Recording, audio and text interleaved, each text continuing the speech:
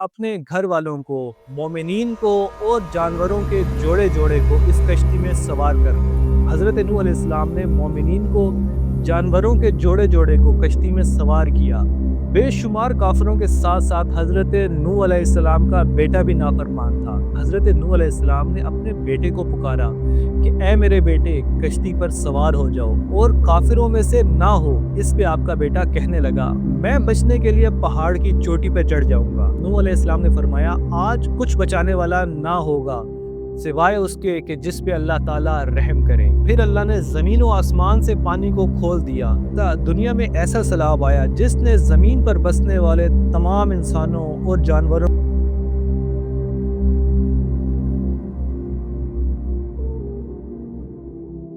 आदम अलैहिस्सलाम के बाद 1000 साल तक लोग तौहीद पर कायम रहे।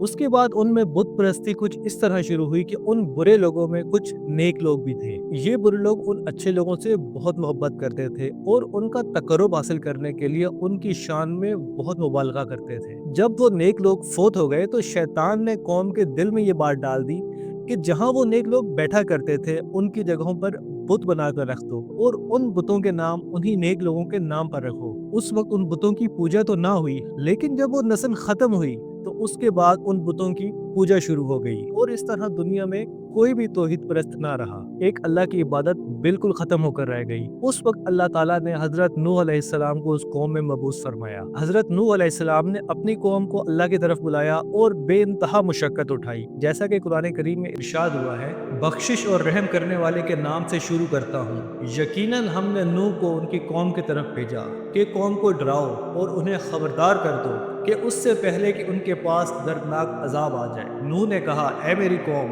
मैं तुम्हें साफ साफ डराने वाला हूँ कि तुम अल्लाह ताला की इबादत करो और उससे डरा करो और मेरा कहना मानो।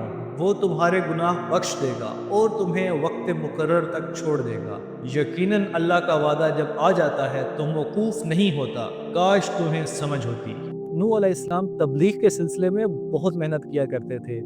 दिन रात लोगों के घरों में जाते, इज्तिमाआत में जाते और उन्हें अल्लाह की तरफ बुलाते। यहाँ तक कि दावत देते देते हज़रत नूह अलैहिस्सलाम को 950 साल गुजर गए, लेकिन कुछ लोगों के अलावा कोई भी ईमान ना लाया। उन्होंने अल्लाह से दुआ की, ऐ मेरे अल्लाह, मैंने अपनी कौम को दिन रात तेरी तरफ बुलाया, लेकिन मेरे बुलाने से ये और ज्यादा भागने लगे। उन्होंने अपने कानों में उंगलियां ठूस ली और अपने ऊपर कपड़े ओढ़ दिए। हम तेरी शक्ल नहीं देखना चाहते मेरे अल्लाह, ये लोग तेरी बातें सुनना पसंद नहीं करते।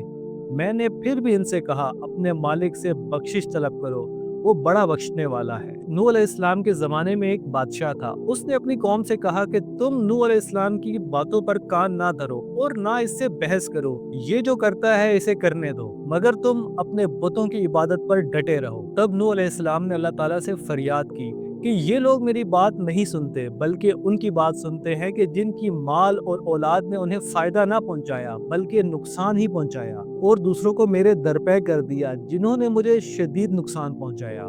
इस 950 साल की तबलीग में सिर्फ 80 लोग ही ईमान लाए। आपकी कौम नूह अलैहिस्सलाम का मजाक उड़ाती थी और हर गुजरता साल वो अपनी तबाही में मजीद पस्त होते गए। अल्लाह ने नूह अलैहिस्सलाम पर वही की कि आपकी कौम में से जो लोग ईमान ले आए, बस इनके सिवा और कोई ईमान नहीं लाएगा, लिहाजा आप इनकी बातों पर गमगीन ना हो। कौम ने नूह अलैहिस्सलाम को इतना सताया कि आपने अल्लाह से फरियाद की कि ऐ मेरे परवरदिगार, रूह ज़मीन पर किसी मुनकर को जिंदा ना छोड़, बस मोमिनीन को बख्श दे। इस पर अल्लाह ताला ने नूह अलैहिस्सलाम को एक बहुत बड़ी कश्ती बनाने का हुक्म दिया, लेकिन नूह अलैहिस्सलाम एक पहाड़ पर रहा करते थे जहाँ उनके पास दरख्त नहीं थे, लिहाजा उन्होंने दरख्त लगाना शुरू किए।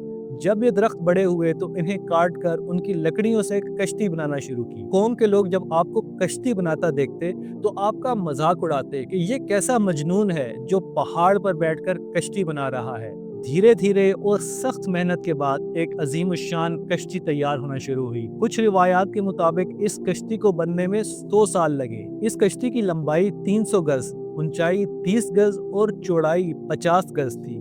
एक अंदाजे के मुताबिक इस कश्ती की लंबाई 1 किलोमीटर से भी ज्यादा थी और गहराई 30 हाथ थी। जब ये अजीमुशान कश्ती तैयार हो गई तो हुक्म बारी तारा हुआ कि अपने घर वालों को, मोमिनीन को और जानवरों के जोड़े जोड़े को इस कश्ती में सवार कर लो।